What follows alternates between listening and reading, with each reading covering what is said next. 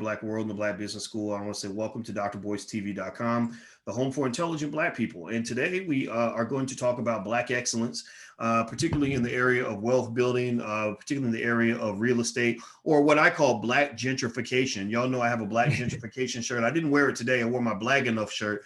But Black gentrification is where we buy back the block and we make it into our own, and we see our own vision come to reality. And so a person who's actually making that dream into a reality right now is Mr. Jullien Gordon, who is a real estate expert, and he is in the middle. He has actually officially raised over $1 million so far and counting to go buy a big chunk of Baton Rouge, Louisiana. And I thought everybody should know about this. So before I even go further, I want to say, Jullien, how you doing today, man? I'm doing great, Doc. Thanks for having me here. I appreciate it, man. Glad to be here.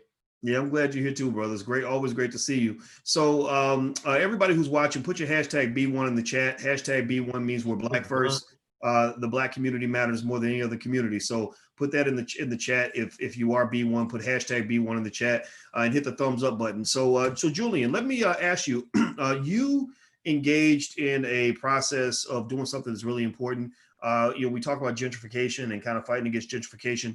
And, sometimes it's tough, right? You feel like you're, like you got a slingshot against a nuclear warhead, when you compare our capital to everybody else's capital. But there is an idea of kind of doing something with what you've got. So you've actually engaged in a process to buy back a big chunk of Baton Rouge, Louisiana. Can you kind of talk about that? Yeah, so myself, my good friend Anthony Kimball and Tevin Wade, we're out in Baton Rouge right now, and we have locked in on the Eddie Robinson Senior Historic District, which was a historically Black neighborhood. A couple of things happened to this neighborhood that caused it to get divested. The first thing that happened was integration. We think integration was a good thing for us, but it was actually not. So in terms of the Lincoln Hotel and the Lincoln Theater, which were all Black people, bougie Black folks, ended up going to the white theater and the white hotels once integration occurred. The other thing that happened was the interstate system. They strategically ran the interstate system through this community to break up the Black wealth that was there. And then the third thing that happened was Black flight following white flight. So white folks started moving to the suburbs. And so Black people wanting to be white and keep up with the Joneses ended up following them. And so now the Black middle class and the Black wealth ends up leaving the community. And so what we have left here is the Eddie Robinson Senior Historic District. It's about 200 acres, and it's actually positioned strategically, not strategically, but perfectly between Wealth, which is the Garden District on the right side, and Work, which is downtown Baton Rouge. I've seen this pattern over and over, Doc, from growing up in Oakland. I see what happened in West Oakland now. What is West Oakland? It's positioned right there perfectly between downtown Oakland and San Francisco. But when I used to go to a baseball practice in West Oakland, DeFermery and Lowell Park, DeFermery is where the Black Panthers would organize, and Lowell Park, there's literally drug addicts walking in the outfield while we over here practicing for T-ball, you know what I'm saying? But that's no longer the case in West Oakland. And if I had the capital then, when I was in T-ball to invest in West Oakland, I would have. But then of course, same thing happened in Brooklyn. Jay-Z said, I could have bought a loft in Dumbo for $2 million. Now it's worth such and such. You know what I'm saying? In Dumbo, same positioning, right? Manhattan over here, downtown Brooklyn over here, Dumbo right in between. So these same patterns keep playing out over and over and over again. And we see an opportunity in Baton Rouge, which is a smaller secondary market to New Orleans, to take advantage of that and get ahead of the curve, as opposed to wait until the curve has lifted and then try to buy, because now you're buying real estate at peak prices. The real key is getting ahead of the curve, and we see an opportunity to do that. A lot of people, especially educated Black folks, they tend to go to the place that has already been made. So people want to go to Brooklyn, they want to go to San Francisco. These are places that have already been made, and therefore you're buying at the peak. We actually believe in place making. So we're going to make Baton Rouge the place to be. And so this is what we're focused on with our work and with the Buy Back Baton Rouge Fund. All right. Everybody who's watching, I'm here with Mr. Jullien Gordon, who is heading a project to buy back a big chunk of Baton Rouge, Louisiana, with the buy back. I don't know why I can buy back Baton Rouge Fund. I keep wanting to say buy black because it's so used to saying buy black, and that's how you know me. I'm Black B1 all day, and I just think this is a really important project for the community, and so. Jullien, let me ask you this question. So right now, during COVID and everything else, people are trying to figure out what to do in terms of investing, how to actually generate wealth and make money, and how to get ahead, how to do short-term things, long-term things, things like that. Yeah. You're a big advocate of real estate. Yeah. You control and manage millions of dollars in real estate property, even before this project, which I think is going to be epic and amazing. Why real estate? Why is real estate something that is important to you and resonates with you as a human being, as a Black man, as an investor? Man, this is critical because when you think about it, real estate makes up about 1/3 of Americans' wealth. The average American's wealth actually, no, 2/3 actually comes from their primary residence. It's the equity that's locked up in their primary residence. But of course, you know, there are all kinds of things like redlining that kept us from actually getting in. In fact, FHA, the Federal Housing Administration, was strategic in actually keeping us from owning while they were giving loans freely through Levitt towns and et cetera to white developers, and then who then of course attracted white buyers. So we've been strategically kept out of the real estate game. You know, I'm a very spiritual person, and when you think about it, what was the first thing God created before God even gave us life? God created land. Garden of Eden was there before Adam was there, if you are a Christian, right? So, because we needed an environment to live in. And so land is actually the first gift from God. And what has happened is that land has been strategically taken from us as people of African descent, as the firstborn, as God's oldest child, for lack of a better word. It's been strategically taken from us. We got the Chinese taking Africa from us. We got Arabs taking Africa from us. It's been a constant thing. So I could go into that a little bit deeper, but I would like to say that when you look at real estate, if you think about the feudal system is the feudal system in Europe in 900 AD is where kings gave land to lords in exchange for loyalty. Kings gave land to lord in exchange for loyalty. So where do you think the word landlord comes from? It comes from the feudal system. And the feudal system is 1100 years old. So multifamily real estate, which is my focus, is actually the most recession-proof and longest lasting business model of all time. It is the most proven business model of all time. It is the #1 subscription business, better than Netflix, better than Amazon Prime. It's been here for 1100 years. I can't guarantee you that Amazon will be here 1100 years from now. I can't guarantee you that Google will be here 1100 years from now. But as long as there's human beings on the face of this earth who need a place to live, I can guarantee you that multifamily real estate will be here. The other thing about multifamily real estate, Doc, is that it is recession proof. What do you think happens to rents in the midst of a recession? Rents go up. Now, people are confused. Why would rents go up? People losing their jobs, this and that. Here's why. Because in every market, there are permanent renters who will just never be able to get to the other side, renters who are looking to buy, and then there are single family buyers. Now, when single family buyers who bought wrong or bought too much house, one of them loses their job, what happens to them? They either get foreclosed on or they have to sell their single family home at a discount. And where do they go? They actually become renters. So now the number of people who need rentals goes up, but the number of rental units has not increased. When demand goes up, the supply has not increased. What happens to price? Price goes up. So rents actually go up in the midst of a recession. So this is why I believe so much in this asset class. There's also 4 benefits of multifamily real estate. 1 is the cash flow. 2 is the tax savings. 3 is the depreciation, right? And then 4 is the principal pay down by the tenants. So a lot of people just focus on the cash flow, but there's all these other financial benefits. Like one property I have, Doc, one duplex that I have here in New Orleans over the 30 years. Again, this is long-term. Real estate is not get rich quick. Yes, there's house flipping and things of that nature. I'm a long-term buy and hold. Okay, so one property that I bought here in New Orleans over 30 years is going to lead to $638,000 in cash flow over 30 years. Okay, again, long-term game. It's going to lead to $225,000 in principal pay down by the rents from the tenants. Okay, the tax savings is going to be $278,000 over 30 years. And if it appreciates by 1% every year for 30 years, that'd be an additional $104,000. So when you add all those up, this one decision that I made last year is going to lead to a $1.2 million shift in generational wealth for my last name. And I have 10 of them now, right? And I'm not stopping. Even if I stop now, my daughter would be straight. So this is why I believe in this asset class so much. And I'm not saying don't do any of the things that are more risky and volatile, but I do say have these kind of stable investments, and that actually puts you in position to take more risk in other areas. All right, everybody. I'm speaking with Mr. Jullien Gordon. He partners with us a lot in the Black Business School, and you've seen him in the BBS quite a bit. But he also is heading a whole campaign to buy back Baton Rouge, and raising tons of Black wealth to do it. Do me a favor, guys, if you haven't done it, make sure you hit the thumbs up button, share, subscribe button. Please hit the thumbs up button. I want to ask you guys a question real quick. Everybody who's watching, give me a yes or no in the chat. Yes or no. Yes or no. Are you a real estate investor? Are you a real estate investor? Do you own property right now?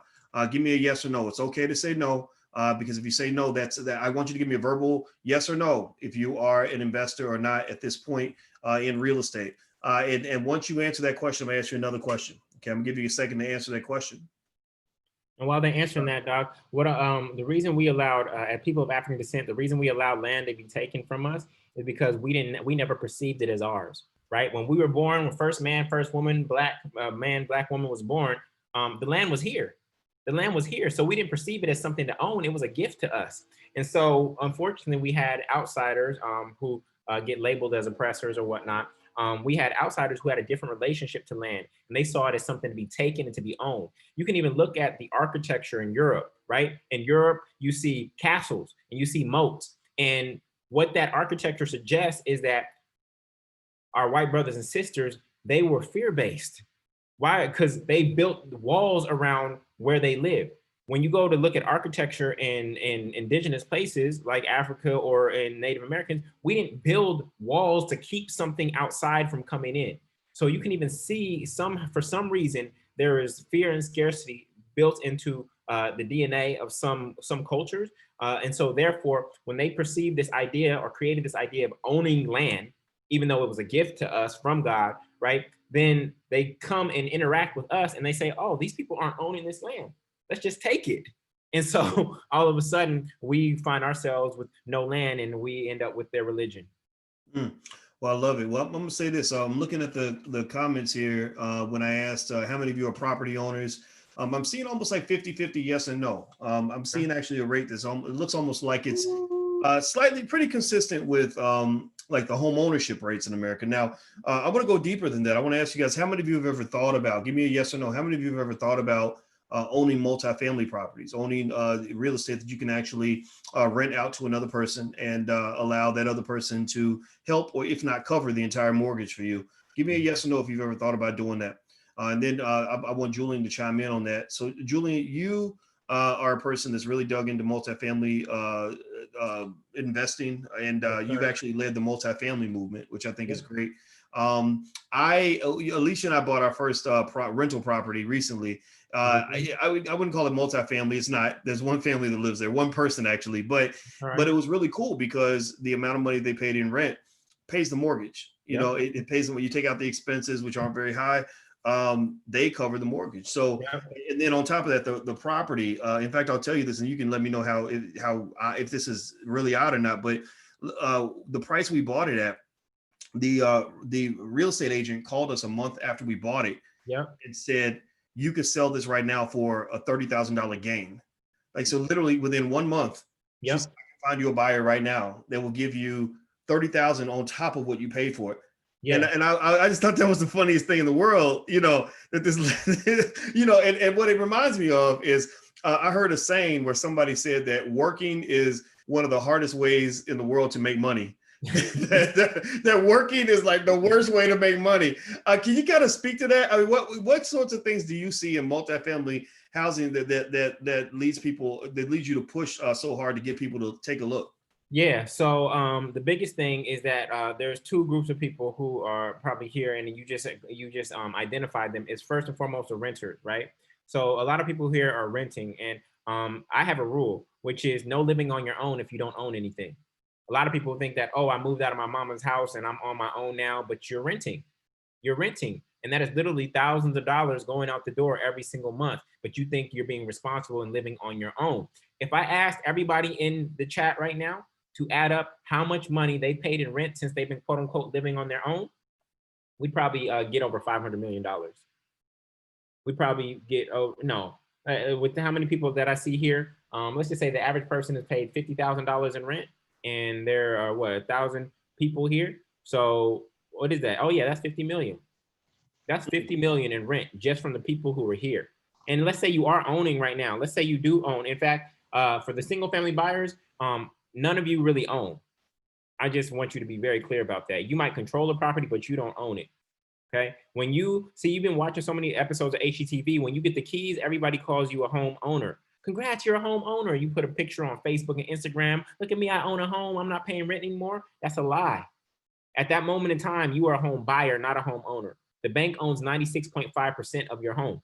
You only own 3.5% of it. And even once the mortgage is paid off, you still have property taxes and insurance, right? And go ahead and stop paying your property taxes and see what happens. So you're actually, most Americans are never really home owners, even though that's the language that they use, like to use, right? So first and foremost, you can't rent your way to wealth. You cannot rent your way to wealth in terms of housing. Rent typically takes about 1/3 of the money that comes into people's household every single month. And literally, Doc, if you could keep $1,000 a month every single month instead of paying it to rent to somebody, and you invested at 5%, which you know is very conservative, you could keep that. Instead of it going out to another family, you could keep it and invest it at 5% annually for 40 years. Guess how much money you would have? $1.5 million. You would all have $1.5 million if you could literally just get rent off the table and invest that money at 5%, which is very conservative. Now, for the single family buyers, I need you to, so everybody who's renter, I need you to first and foremost be aware that you are actually homeless. You are homeless. You might call it my apartment, but it's not really your apartment. You're not on the title, you're not on the deed. Subconsciously, you call it my apartment, but the reality is it's not. So when you have a dinner party after quarantine is over or whatnot, don't say come over to my apartment or my house, because it's not yours. Say come over to Sally's house, come over to Tommy's house, because that's where I've been renting for the past 5 years. I've been making somebody else wealthy. I don't care if you have a bellman in the lobby. I don't care if you got free coffee. I don't care if there's Thai food and Jamaican food downstairs. I don't care if you are about your view. If you don't own it, it doesn't matter. Okay. And so the only way to wealth in this country is through ownership. Now, for the single family buyers that are here, I'm sorry to say that you got caught up in the American nightmare instead of the American dream. Okay. The American nightmare is getting people into single family homes. I'm going to explain to you why. When your first mortgage payment for all the single family buyers here, your first mortgage payment was 70% interest and only 30% went to principal. So let's say your mortgage payment was $2,000, $1,400 went to interest and only $600 went to principal. Okay, so let me just share the transaction for a single family buyer. Here's what's really happens. The first and foremost, the word mortgage has the same prefix as the word mortician. So the word mortgage, it literally means death pledge. A lot of single family buyers here, you signed up for a 30-year death pledge and you were happy about it because you had been programmed like that for so long. Now, here's how the transaction really works. A lot of single family buyers are like, oh, I'm not paying rent anymore, Jullien, so I'm doing good. Here's the truth of that transaction. The truth is that the bank buys your home and then it rents it to you for 30 years, okay? You're not paying rent to a landlord, but you're paying rent to the bank for the money that you didn't have to buy the house. And then the interest on a $300,000 home at 3.5% down at 4% is $208,000. If you divide that $208,000 over 30 years or 360 months, all of you single family buyers, you're literally paying about $600 per month in rent. But again, it's not to a landlord, it's to the bank in the form of interest. So some of you who bought single family homes, if you bought it the wrong way, guess what? You have more money going out of your pocket every single month connected to housing than somebody who's renting the same square footage as you are next door. So this is the trickery of the American dream. And for the single family buyers, you know, the easiest way to retain an employee for 30 years to keep them stuck on the corporate plantation is to give them a house that's a little bit bigger than they can afford. Some of you are afraid to quit your job and leave the corporate plantation because you're afraid of missing one mortgage payment. Mm-hmm. That's true. Wow, that's really powerful. Give me a yes or no if this is sinking in. If you guys are getting what, let me know, because this is you know, whenever you come through, man, it's just such an awakening for people. It's a financial consciousness, really. That's what it is. You know, a lot of people have their views challenged, and those who are open-minded enough to kind of see that, you know, kind of look at it and say, wow, I never thought of it that way before. And so I want to do a couple of things. First of all, you're doing a special event coming up in the Black Business School called the Emancipation Equation. That's going to happen. It's totally free. You guys, I'm gonna give you guys the URL. I'm gonna let Jullien describe how it's going to go down. He's going to be leading the show. I'm going to participate, but he's the boss in that. And so the URL is theemancipationequation.com, THE. That's theemancipationequation.com. You can register for free. It's going to happen this weekend, starting on Somebody September. type that. Somebody type that in the chat. Yeah. I'll type it in the chat too. The Emancipation Equation. Make sure you put I'll type it in there and pin it. Okay. And also, so Jullien, could you talk about the Emancipation Equation that you're doing this weekend? It's totally free, everybody. So we'd love to have you guys there. Tell us about that. And then while you're doing that, I'm going to do a little calculation in the backdrop to kind of add some spice to the conversation. Okay, let's do that.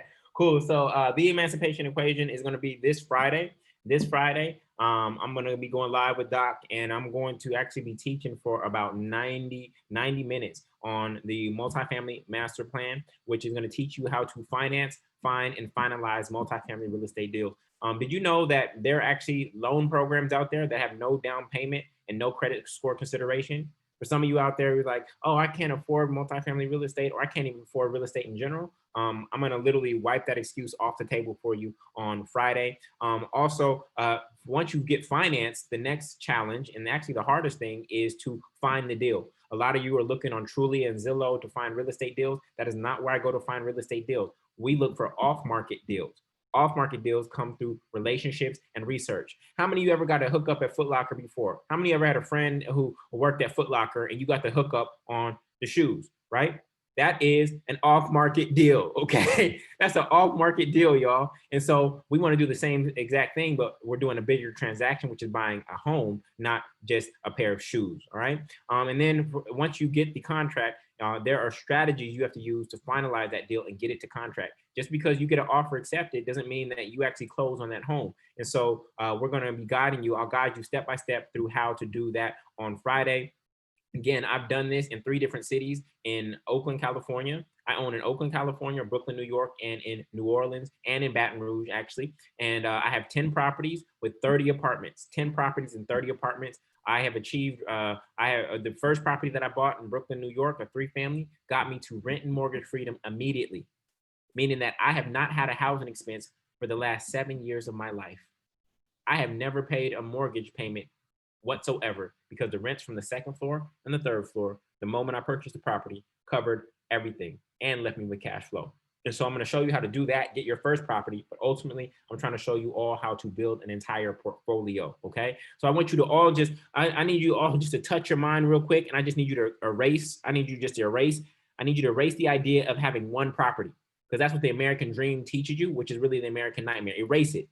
I want you to think about having not a property, but a portfolio. Okay, it's kind of like reach for the stars and you land in the clouds or whatever. I want you to reach for a portfolio, okay? Not just one single property. Over the course of your life, I know all of you can get one property. So if we know that all of you here can get one property, then why would we stop there? We need to create and build and buy more assets. And so that's what we're going to do. Now, that is the emancipationequation.com, theemancipationequation.com. That is this Friday. Now, if you find that for whatever reason, your credit, your cash flow, which is your income, and your cash savings are not enough for you to get financed, or you've been through bankruptcy, that does not have to stop you from being a real estate investor. You can actually go invest in other people's deals passively. Now, of course, Doc and I want you, like we do, to have properties in your own last name. But if for whatever reason you're blocked in terms of financing, you can still actually go be a real estate investor by investing in other people's deals. And so that's what we do at Buyback Baton Rouge. We create opportunities for people to invest. Because if any money's sitting at the bottom of your savings account, you are literally just throwing money away, because inflation is growing faster than your savings account, right? Your savings account, I need everybody to be clear on this, y'all. Do you realize that this cash money that you've been chasing your entire life, that cash is the lowest yielding asset in the entire world? Cash is the lowest yielding asset in the entire world. That's what you've been taught to chase. The government just literally printed how much? 6 trillion? The government literally just printed it. And the more they printed, the less valuable that money in your pocket actually became. So if your Bank of America savings account is only yielding 0.03% interest, you know how long it'll take you double money in a Bank of American account? 72 divided by 0.03. It's 2,400 years. It'll take you 2,400 years to double your money in a Bank of America savings account. Multifamily real estate, when bought right, will at least yield 12%. 72 divided by 12 is 6, meaning that your money is doubling every 6 years, not every 2,400 years. So this is why we have to get our money out working. These are called dead presidents, y'all. And your responsibility is to resurrect dead presidents. Well, George Washington had slaves. So if George Washington on the $1 bill is sitting around, I'm not going to let him be lazy when he was enslaving my people. I'm going to put every George Washington I have to work just like he put my ancestors to work. Okay, your money is supposed to be working for you, but you are being lazy, or you are allowing it to be lazy by putting it into a savings account. You have to understand how money works. And so this is why Doc and I teach stocks, which is a way to make your money work. And we teach real estate because that's another way for your money to work. One, if you're not educated, can be more volatile. And one, actually both can, if you're not educated on either one, you can lose money.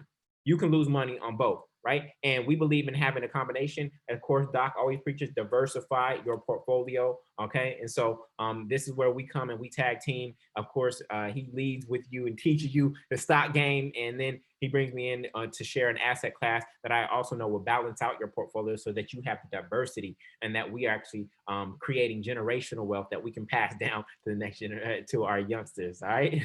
I love it. I love it. Everybody who's watching, this is Jullien Gordon. He's the leader of the multifamily movement. He just raised over $1 million and counting to buy back Baton Rouge. So if you want to know more about that, you can go to buybackbatonrouge.com. That's buybackbatonrouge.com. He's also doing a free event this weekend called the Emancipation Equation. That's September 11th, 8 p.m. If you're interested in multifamily real estate, this is somebody to listen to and talk to. So I'm gonna do a little trick. I want to a couple things. One, I want to ask you guys. Jullien used an example earlier that if you pay $1,000 a month in rent, and you do that for 40 years, if you were to have invested that and earned 5%, you would have made over $1 million, right? Which means you would have bought your landlord a very nice house. Now, I want to ask you guys this. Give me a yes or no in the chat. Who pays more than $1,000 a month for whatever place they live in? Rent, mortgage, anything. How many of you pay more than $1,000 a month? I used to pay $1,000 a month. I pay more than that now. It's Chicago. You can't get a whole lot for $1,000 a month. So, and also I want to ask Jullien this question. What would you consider to be, so you mentioned 5%, and we both know that's a conservative number. So if you're investing in multifamily property, what might be considered a decent, ROI, decent cap rate, IRR, whichever measure you want to use? Minimum is 12%. Minimum is 12%, right? But then good is 15%, and anything above that, you made a great deal. So that's how we tend to operate. Is minimum is 12%, meaning that the money that you have in the deal is doubling every 6 years. Okay, so I asked that question for a reason, and as I lay this out, this is a little surprise. I'm gonna give you guys in a second, but I want you guys to see this is the emancipationequation.com. This is some of Jullien's real estate portfolio. I mean, the brother's been doing it. He's been getting it done. This is his portfolio. He says, I've never made a mortgage payment in my life. He shows you the properties that he owns. He loves to take his students around to show them the numbers, show them exactly what he's doing. And he's really getting it done. And so that was the first thing I wanted you all to see. But then the second thing I wanted you guys to do I wanted to share with you is this. So earlier, remember, Jullien was saying that if you were to give your landlord $1,000 a month and had instead invested that and earned 5% on this money, you would have over $1 million, 1.5 million in 40 years.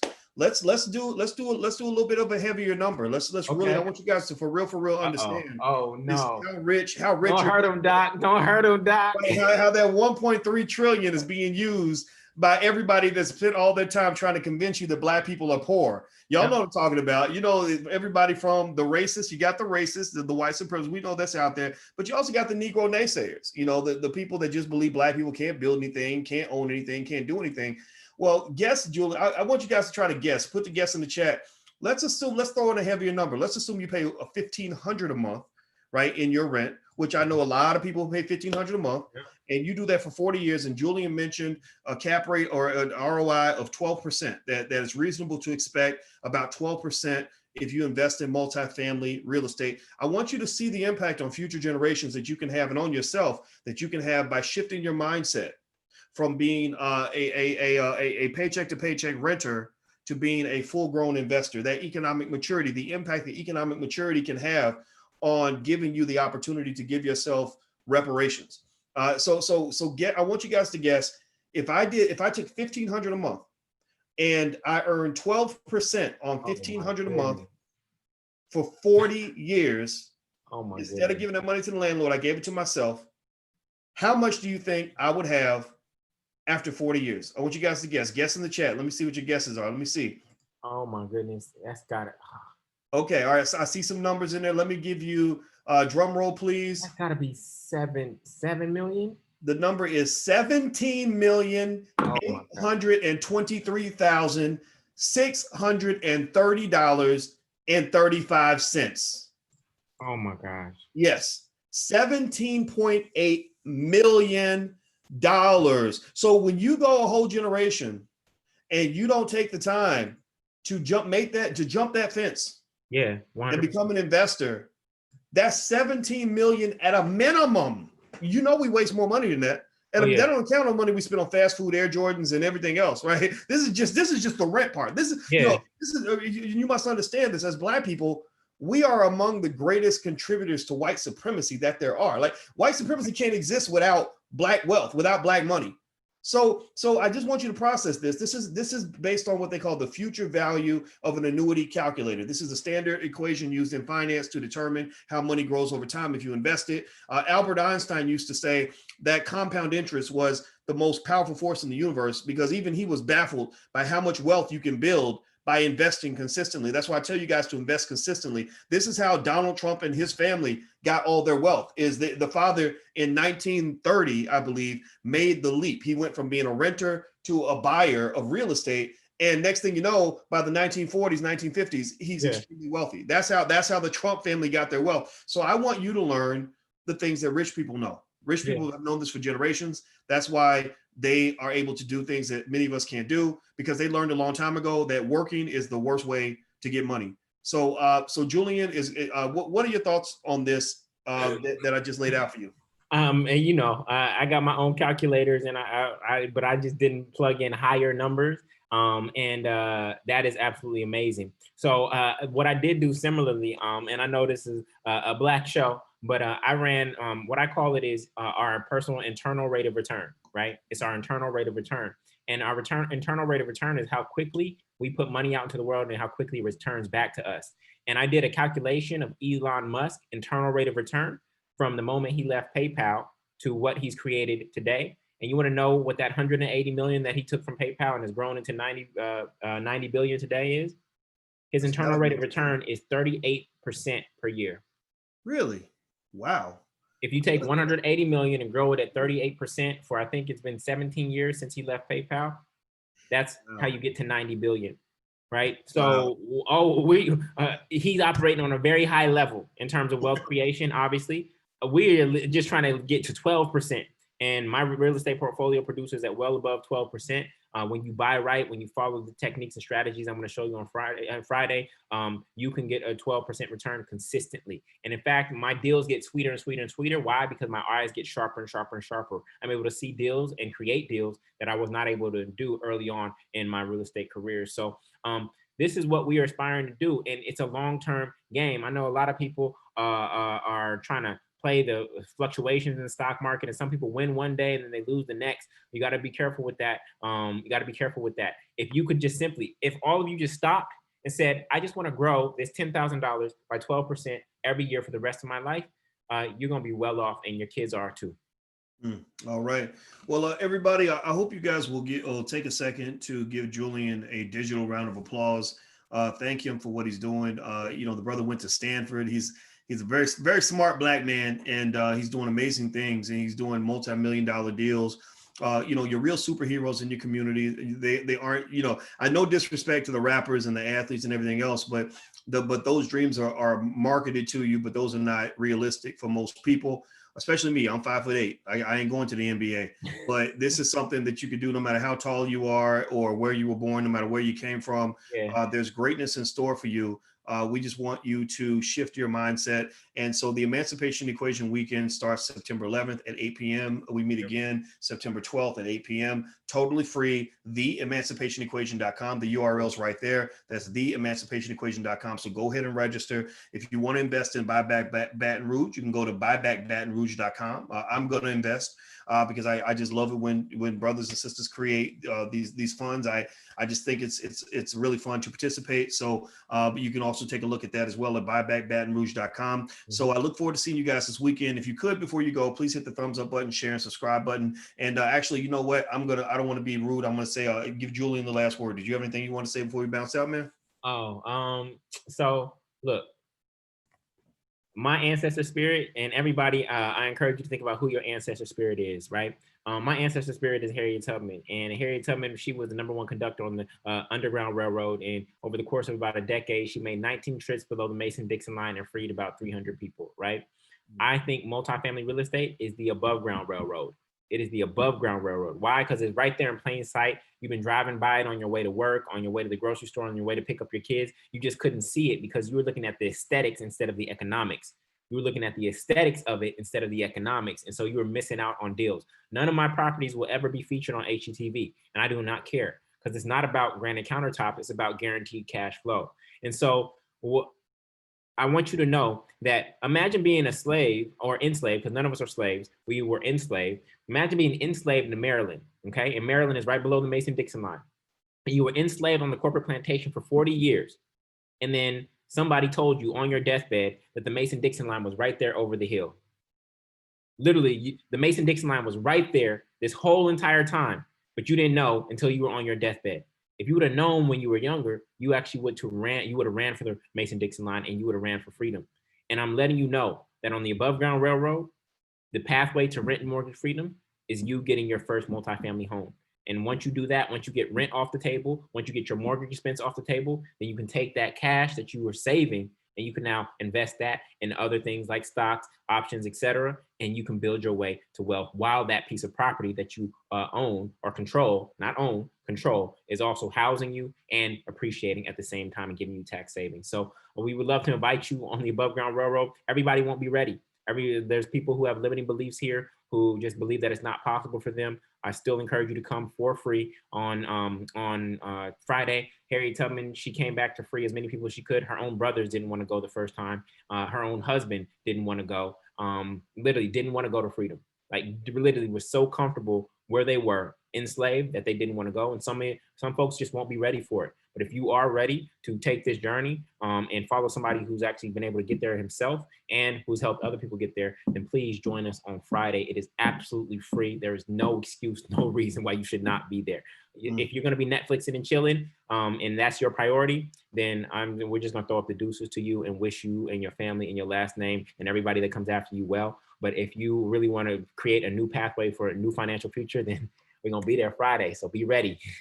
All right. Rodney says, thanks. You just changed my life. That's what I like to hear. Give me a verbal yes. Give me a yes in the chat if you plan on coming to the Emancipation Equation Weekend. It's theemancipationequation.com. Please type it in the chat, theemancipationequation.com. Give me a yes if you plan on coming out. And I look forward to seeing you guys there. You know, remember, we're trained to go spend $100,000 going to college. And I don't know about y'all, but I know a lot of people who will never pay back the debt that they took on going to college. I think these things are better than college, or at least as effective. And maybe not, you know, I don't want to put down college or anything like that. We got a 17-year-old, his mama wants him to go to college, but I point to other examples of success that he's actually more intrigued by. Because these are not just exciting dreams, but these are actually realistic for most people. And so I just really think investing is really the way. That's the pathway to success and power in our community. You guys have heard this on a regular basis on this channel, and that's why you're here. So I think you guys agree and already get it. So give me a yes in the chat if you plan on coming out. And we look forward to seeing you, theemancipationequation.com. So thanks a lot, Jullien, man. I appreciate you coming through, brother. All right. Much love, everybody. Have a great one. See you on Friday. All right, my man. Take care. All right. Peace.